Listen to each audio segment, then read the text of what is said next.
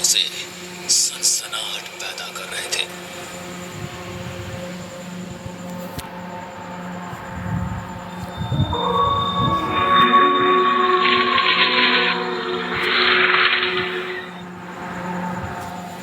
शाम का वक्त था। कस्बे से दूर बसे पुराने गांव भैरवपुर की गलियां हर रोज की तरह सुनसान हो चुकी थी। आसमान में हल्के बादल थे और ठंडी हवा के झोंके पुरानी हवेली की टूटी खिड़कियों से सनसनाहट पैदा कर रहे थे। गांव के लोग इस हवेली के पास से भी नहीं गुजरते थे। कहते हैं यहाँ अजीब अजीब आहटें सुनाई देती है, जैसे कोई अनदेखा इंसान आस पास घूम रहा हो। रीना अपने दोस्तों के साथ गांव घूमने आई थी। सबने मजाक मजाक में कहा, चल रीना, तू तो बहुत बहादुर बनती है। अगर सच में हिम्मत है तो फिर हवेली के अंदर चल। मुझे किससे डर लगेगा? भूत वूत जैसी कोई चीज नहीं होती। रीना अकेली हवेली के अंदर चली गई। टॉर्च की रोशनी टूटी दीवारों पर पड़ते ही डरावनी परछाइयां बनने लगी। वो चौंक कर पलटी। वहां कोई नहीं था। शायद मेरे दोस्तों ने मजाक किया होगा। लेकिन अगले ही पल उसने टॉर्च की रोशनी में देखा, दीवार पर उसके अलावा एक और परछाई हिल रही थी। रीना की सांसें तेज हो गई। उसने धीरे से पुकारा, कौन है वहाँ? पर कोई जवाब नहीं मिला। बस धीरे धीरे कदमों की आहट पास आने लगी। वो भागकर बाहर निकली। दोस्त हंस पड़े। क्या हुआ? रंग उड़ गया चेहरे से? रीना कांपती आवाज में बोली, नहीं, अंदर कोई था।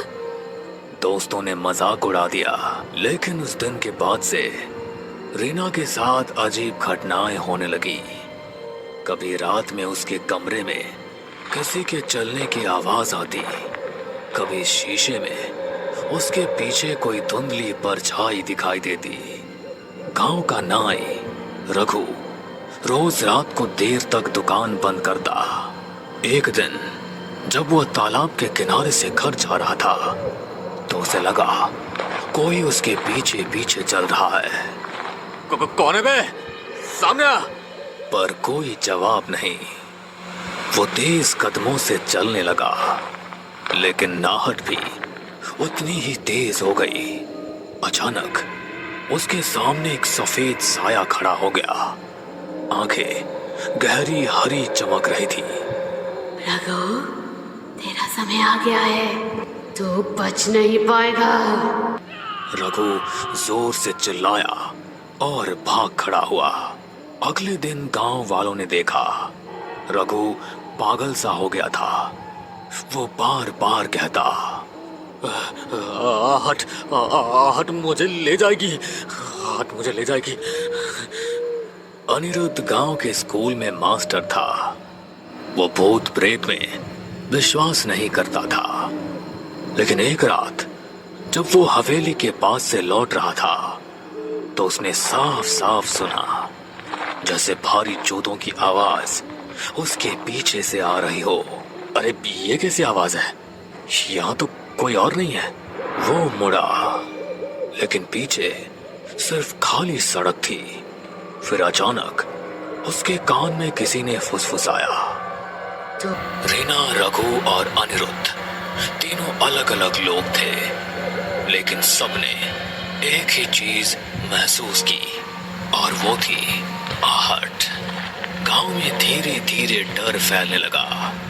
लोग कहने लगे कि हवेली में दबे किसी रहस्य की वजह से ये सब कुछ हो रहा है।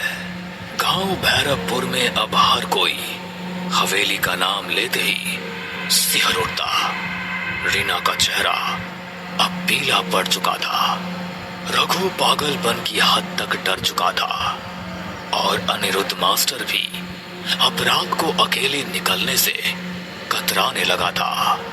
लेकिन ये डर यही नहीं रुका।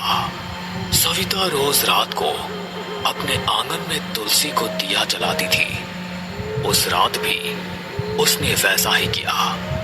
लेकिन जैसे ही दिया जलाया, उसे लगा मानो आंगन में कोई खड़ा है। कौन है वहां? अंधेरे में कुछ भी नहीं दिखा, लेकिन हवा का एक तेज झोंका आया और दिया बुझ गया।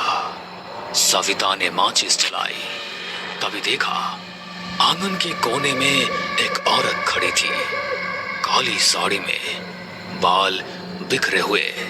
हे भगवान! वो औरत धीरे धीरे आगे बढ़ी और उसके कान में फुसफुसाई, आहट सुनो, आहट सुनो, तुम्हें कोई लेने आ रहा है। सविता चीख पड़ी। घर वाले दौड़े, लेकिन वहां कोई नहीं था। अगर यहाँ कोई आत्मा है तो आज मैं उसे शांति दूंगा। वो मंत्र पढ़ने लगा। तभी हवेली की सीढ़ियों पर धीमे धीमे कदमों की आवाज आई। कौन है वहां? कोई जवाब नहीं, लेकिन अचानक उसके सामने लोहे की जंजीर अपने आप हिलने लगी। मोहन घबरा गया, लेकिन हिम्मत करके मंत्र पढ़ता रहा। तभी दीवार पर खून से लिखा उभर आया, आहट से बचना नामुमकिन है। मोहन के हाथ से माला गिर गई। वो भागते भागते गांव लौटा। ये जगह अशुभ है, वहां कोई अनदेखी शक्ति है। अमर गांव और कस्बे के बीच बस चलाता था। एक रात उसकी बस में कोई भी यात्री नहीं था। बस सुनसान सड़क से गुजर रही थी।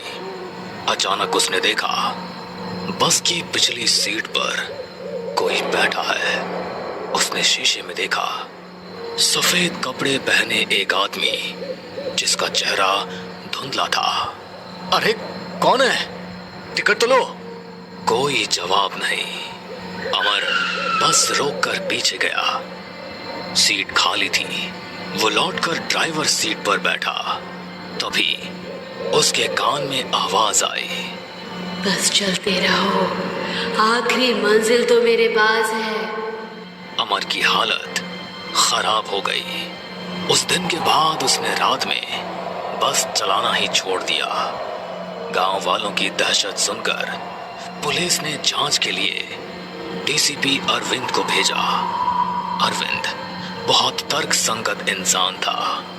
भूत प्रेत की बातों पर हंसता रहता था। अरे ये सब अंधविश्वास है, मैं खुद हवेली जाऊंगा और देखूंगा। रात को वो टॉर्च लेकर हवेली पहुंचा। दीवारें खंडहर हो चुकी थी, लेकिन अचानक सीढ़ियों पर भारी कदमों की आहट गूंजी। रुको, कौन है वहां? उसने टॉर्च जलाई। सामने कोई भी नहीं था, लेकिन अगले ही पल उसे लगा जैसे किसी ने उसके कंधे पर हाथ रखा हो। वो पलटा, वहां सिर्फ हवा थी। फिर उसने कानों में साफ सुना, तू सच जानना चाहता है तो तहखाने में उतर। अब तक अलग अलग लोगों ने अलग अलग तरीके से आहट सुनी थी।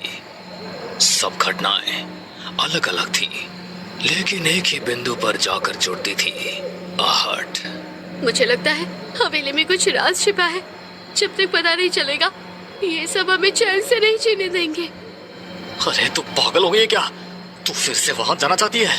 हाँ, अगर सच्चाई सामने नहीं आई तो यह आहटें हमें ऐसे ही डराती रहेगी। गांव भैरवपुर अब दहशत का पर्याय बन चुका था। लोग रात को घर से बाहर निकलना बंद कर चुके थे। हर कोई वही सुनता, धीमे कदमों की आहट। रीना का डर अब जिज्ञासा में बदल चुका था। उसने तय किया कि वो हवेली के तहखाने तक जाएगी, लेकिन अकेले जाना मुमकिन नहीं था। उसने अंकित, मास्टर अनिरुद्ध और पुलिस अधिकारी अरविंद से मदद मांगी। हमें सच का पता लगाना होगा, वरना ये आहटें हमें जिंदा खा जाएंगी।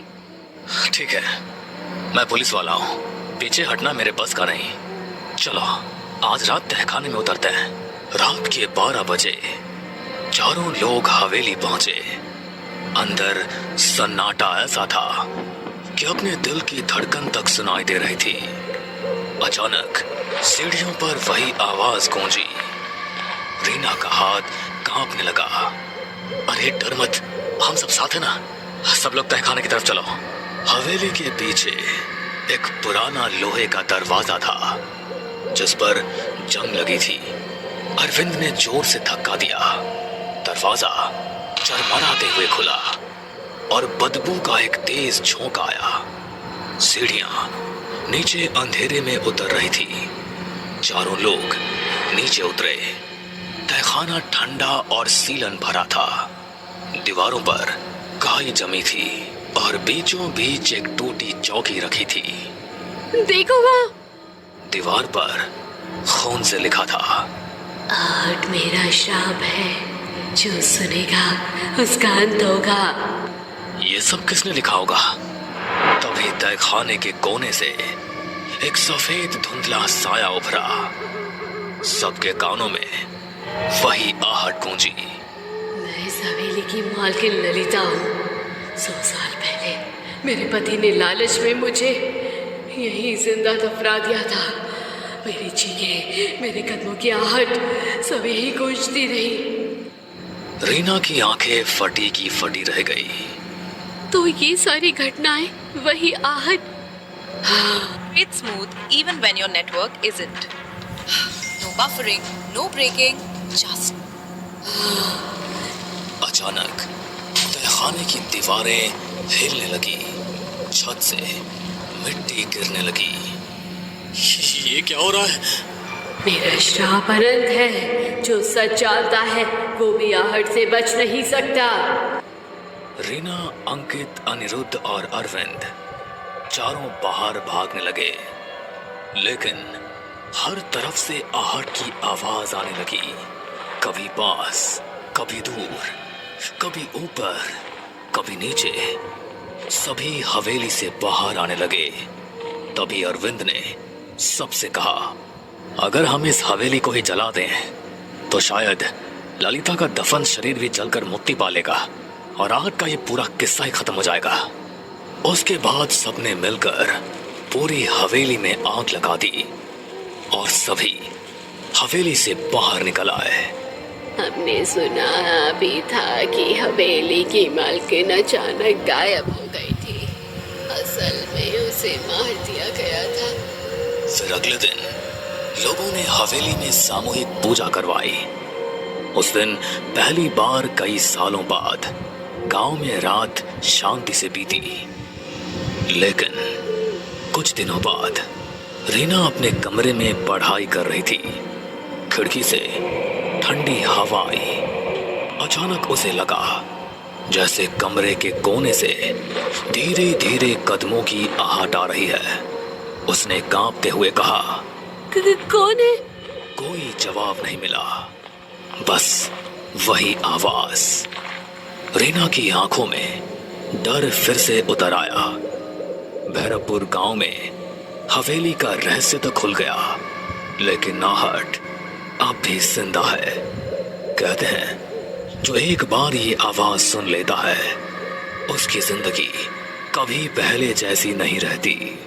आहट सिर्फ एक आवाज नहीं बल्कि एक अंधे का साया है जो हर जगह आपके पीछे पीछे चलता है। बस कभी वो आहट सुनाई देती है